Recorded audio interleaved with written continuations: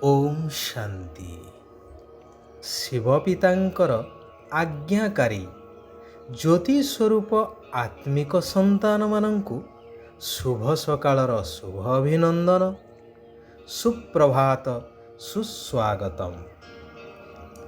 ବର୍ତ୍ତମାନ ସାରା ସଂସାର ଯେତେବେଳେ କି ଦୁଃଖ, ଅଶାନ୍ତି, ରୋଗ, ଶୋକରେ ବୁଡ଼ି ରହିଛି, ସେତେବେଳେ ମନୁଷ୍ୟ ସହିତ ପ୍ରତ୍ୟେକ ପ୍ରାଣୀ ଏପରିକି ପ୍ରକୃତିକୁ ମଧ୍ୟ ସ୍ନେହ ଏବଂ ଶାନ୍ତିର ଆବଶ୍ୟକତା ରହିଛି। ଶ୍ରୀରାମଚନ୍ଦ୍ର ତାଙ୍କର ଆନ୍ତରିକ ସ୍ନେହ ବଳରେ ପରିବାର ତଥା ରାଜ୍ୟବାସୀଙ୍କୁ ଏପରି ଅଭିଭୂତ କରିଦେଇଥିଲେ ଯେ ତାଙ୍କର ଅନୁପସ୍ଥିତକୁ ସହନ କରିବା ସେମାନଙ୍କ ପକ୍ଷେ ଅତି ଯନ୍ତ୍ରଣାଦାୟକ ହୋଇପଡ଼ିଥିଲା। ସେଥିପାଇଁ କୁହାଯାଇଛି କି ପରସ୍ପର ସ୍ନେହ ଯହିଁ ଥାଏ ନିରନ୍ତର, ବୈକୁଣ୍ଠ ସମାନ ପରା ଅଟେ ସେହି ଘର। ପଛେ କାହାକୁ କିଛି ନ ଦିଅ, କିନ୍ତୁ ମିଠା କଥା ପଦା କହିଲେ ସମସ୍ତେ ତୃପ୍ତ ହୋଇଯାଇଥାନ୍ତି। ଥରେ ଜଣେ ବ୍ୟକ୍ତି ତାଙ୍କର ପିଲାଦିନର ବନ୍ଧୁଙ୍କ ନିମନ୍ତ୍ରଣ ରକ୍ଷା କରି ତାଙ୍କୁ ସାକ୍ଷାତ କରିବା ପାଇଁ ଯାଇଥାନ୍ତି, ଯିଏକି ସ୍ୱଳ୍ପ ବେତନଭୋଗୀ କର୍ମଚାରୀଟିଏ ଥିଲେ। ଅଚାନକ ତାଙ୍କର ସାକ୍ଷାତ ହୋଇଗଲା ଆଉ ଜଣେ ଉଚ୍ଚପଦସ୍ଥ ଅଧିକାରୀ ଥିବା ତାଙ୍କର ପିଲାଦିନର ସାଙ୍ଗଙ୍କ ସହିତ। ଉଭୟ ବହୁତ ଖୁସିର ସହିତ କିଛି ମୁହୂର୍ତ୍ତ ବିତାଇଲେ। ବନ୍ଧୁ ତାଙ୍କୁ ତାଙ୍କର ଠିକଣା ପ୍ରଦାନ କରି କହିଲେ, ତୁମେ ସପରିବାର ସମୟ ଦେଖି ନିଶ୍ଚୟ ବୁଲି ଆସିବ, ଆଉ କିଛି ଦିନ ଆମ ପାଖରେ ରହିବା ପାଇଁ ମଧ୍ୟ ଯୋଜନା କରି ଆସିବ ନିଶ୍ଚୟ। ବ୍ୟକ୍ତି ଜଣକ ସମ୍ମତି ପ୍ରଦାନ କରି ପ୍ରଥମ ବନ୍ଧୁଙ୍କ ଘରେ ଯାଇ ପହଞ୍ଚିଲେ। ସେମାନଙ୍କର ସ୍ନେହଭରା ଅଭ୍ୟର୍ଥନାରେ ଭାବବିହ୍ୱଳ ହୋଇଗଲେ ବ୍ୟକ୍ତି ଜଣକ ଏବଂ ତାଙ୍କର ପରିବାରବର୍ଗ। ତା ସହିତ ସାକ୍ଷାତ ହୋଇଥିବା ଅନ୍ୟ ପିଲାଦିନର ବନ୍ଧୁଙ୍କ ସହିତ ଯାହା କଥା ହେଇଥିଲା ବା ତାଙ୍କର ଯେଉଁ ଅନୁରୋଧର କଥାକୁ କହି ବସିଲେ। ଏହା ଶୁଣି ପ୍ରଥମ ବନ୍ଧୁ ଜଣକ କହିଲେ, ତୁମେ ତାଙ୍କ ପାଖକୁ କାଲି ନିଶ୍ଚୟ ଯାଅ। ଯେହେତୁ ସେ ଉଚ୍ଚପଦସ୍ଥ ଅଧିକାରୀ ଅଛନ୍ତି, କାଳେ ସେ ମନ ଊଣା କରିବେ।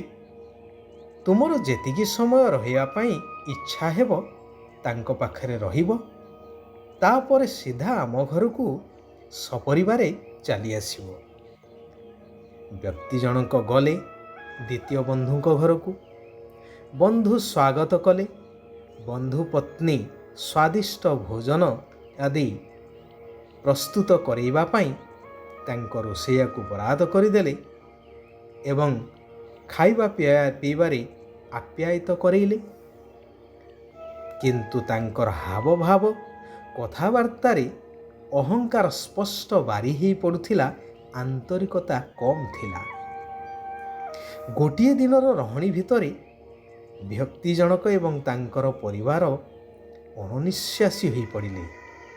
ପରଦିନ ସକାଳୁ ସେମାନେ ପ୍ରଥମ ବନ୍ଧୁଙ୍କ ଘରକୁ ପଳେଇ ଆସିଲେ। ପ୍ରଥମ ବନ୍ଧୁ ଯେହେତୁ ପୂର୍ବରୁ ଜାଣିଥିଲେ ଦ୍ୱିତୀୟ ବନ୍ଧୁଙ୍କର ବ୍ୟବହାର ବିଷୟରେ, ତେଣୁ ରାତି ସାରା ଉଭୟ ପତି ପତ୍ନୀଙ୍କୁ ମଧ୍ୟ ନିଦ୍ରା ଠିକ୍ ଭାବରେ ହେଇନଥିଲା।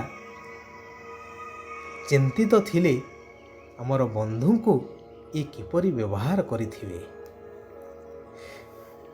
ବନ୍ଧୁଙ୍କ ପତ୍ନୀଙ୍କୁ କହିଲେ, ଆରେ ତୁରନ୍ତ ତାଙ୍କ ପାଇଁ କିଛି ବ୍ୟବସ୍ଥା କର ଖାଇବା ପାଇଁ। ପତ୍ନୀ କହିଲେ, ଏହା ମୁଁ ପୂର୍ବରୁ ପ୍ରସ୍ତୁତ କରିସାରିଛି। ସମସ୍ତେ ଅତି ଆଦରରେ ଦୁଇ ପରିବାରର ସଦସ୍ୟମାନେ ଏକାଠି ତଳେ ବିଛଣା ବିଛେଇ ଦହି ପଖାଳ, ବଡ଼ିଚୁରା, ଶାଗ ଭଜା ଆଦି ଆନନ୍ଦରେ ବସି ଖାଇଲେ। ବିଭିନ୍ନ ବିଷୟରେ ଆଲୋଚନା କରି ଖୁସିରେ କିଛି ଦିନ ବିତେଇ ଚାଲିଲେ। ତାପରେ ସ୍ୱଗୃହକୁ ବ୍ୟକ୍ତି ଜଣକ ପରିବାର ସହିତ ପ୍ରତ୍ୟାବର୍ତ୍ତନ କଲେ। କହିବା ବାହୁଲ୍ୟ, ଲୋକ 56 ପ୍ରକାର ଭୋଜନ ଖାଇ ସନ୍ତୁଷ୍ଟ ରହୁନାହାନ୍ତି, କିନ୍ତୁ କେହି ପୁଣି ଶାଗ ପଖାଳ ଖାଇ ଅତି ଆନନ୍ଦରେ ରହୁଛନ୍ତି। ତାକୁ ହିଁ କୁହାଯାଏ ପ୍ରକୃତରେ ସଂସାର, ସୁଖର ସଂସାର। ଯେଉଁଠାରେ ସ୍ନେହ, ଶ୍ରଦ୍ଧା, ଆନ୍ତରିକତା ଅଛି, ସେଠାରେ ସାଧାରଣ ଖାଦ୍ୟ ମଧ୍ୟ 56 ଭୋଗ ଭଳି ଅନୁଭବ ହୋଇଥାଏ। ଆନ୍ତରିକତା ବିହୀନ ବ୍ୟବହାର ଥିଲେ 56 ଭୋଗ ମଧ୍ୟ ତୁଚ୍ଛ ମନେ ହୁଏ। ସେହିଭଳି ଦୁନିଆରେ ବର୍ତ୍ତମାନ ଭଗବାନଙ୍କୁ ବିଭିନ୍ନ ରୂପରେ, କିଏ କେଉଁ ରୂପରେ ତ କିଏ କେଉଁ ରୂପରେ ଡାକୁଛନ୍ତି। ବିଭିନ୍ନ ପୂଜାପାଠ, ବ୍ରତ, ଉପାସନା ମଧ୍ୟ କରୁଛନ୍ତି, ପରନ୍ତୁ କେବଳ ବିଧି ପ୍ରମାଣ ବା ପ୍ରଥା ପରମ୍ପରା ଅନୁଯାୟୀ ଆନ୍ତରିକତାର ସହକାରେ ସବୁକିଛିକୁ ବୁଝି ଉଚିତ ଭାବରେ କରୁନାହାନ୍ତି।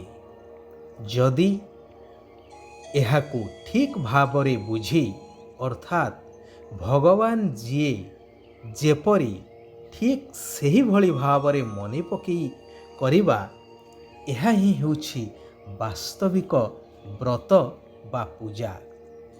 ଏହାଦ୍ୱାରା ସର୍ବ ମନୋକାମନା ମଧ୍ୟ ପୂର୍ଣ୍ଣ ହୋଇଥାଏ।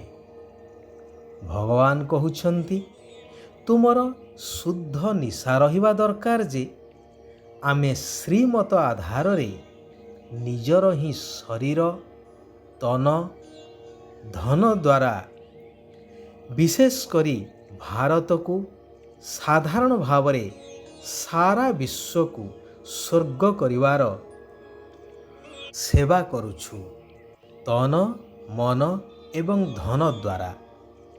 ଶିବ ବାବା କହୁଛନ୍ତି, ତୁମମାନଙ୍କ ମଧ୍ୟରେ ବି ସବୁଠାରୁ ଅଧିକ ସୌଭାଗ୍ୟଶାଳୀ ତାକୁ କୁହାଯିବ ଯେଉଁମାନେ ଜ୍ଞାନକୁ ଭଲ ଭାବରେ ଧାରଣ କରିଥାନ୍ତି ଏବଂ ଅନ୍ୟମାନଙ୍କୁ ମଧ୍ୟ ଧାରଣା କରିଥାନ୍ତି।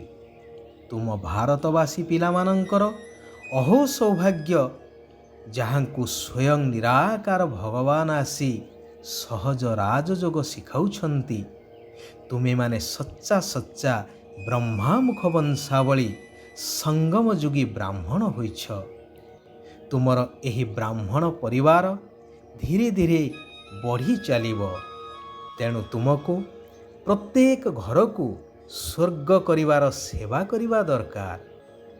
ବର୍ତ୍ତମାନ ଏହି ପୁରୁଣା ଦୁନିଆ ସମ୍ପୂର୍ଣ୍ଣ ପରିବର୍ତ୍ତନ ହୋଇ ନୂତନ ସତ୍ୟଯୁଗୀ ସ୍ୱର୍ଗ ଦୁନିଆରେ ପରିଣତ ହେଉଛି। ତେଣୁ ସେହି ଦୁନିଆକୁ ଯିବା ପାଇଁ ନିଜକୁ ସମ୍ପୂର୍ଣ୍ଣ ଉପଯୁକ୍ତ କରାଇବା ପାଇଁ ବା ସମ୍ପୂର୍ଣ୍ଣ ହେବା ପାଇଁ ଯୋଗର ଯାତ୍ରାରେ ରହିବା ନିହାତି ଆବଶ୍ୟକ। ନିଜକୁ ନିରାକାର ଜ୍ୟୋତିର୍ବିନ୍ଦୁ ଆତ୍ମା ମନେ କରି ନିରାକାର ପରମାତ୍ମା ଜ୍ୟୋତିର୍ବିନ୍ଦୁଙ୍କୁ ମନେ ପକାଇ ଚାଲିବା ଦରକାର। ନିଜର ଚାଲିଚଳଣିକୁ ଉତ୍ତମ କରିବାକୁ ହେବ। ସଭ୍ୟତାର ସହିତ ବ୍ୟବହାର କରିବାକୁ ହେବ। ବହୁତ କମ୍, ଧୀରେ ଏବଂ ମିଠା କହିବା ଆବଶ୍ୟକ। କଲ୍ୟାଣକାରୀ ପୁରୁଷୋତ୍ତମ ସଙ୍ଗମ ଯୁଗରେ କୌଣସି କଥାରେ ସଂଶୟ ବୁଦ୍ଧି ହେବା ଉଚିତ ନୁହେଁ। ଭାରତକୁ ସ୍ୱର୍ଗ କରିବାର ସେବାରେ ନିଜର ସବୁକିଛି ସଫଳ କରିବାକୁ ହେବ।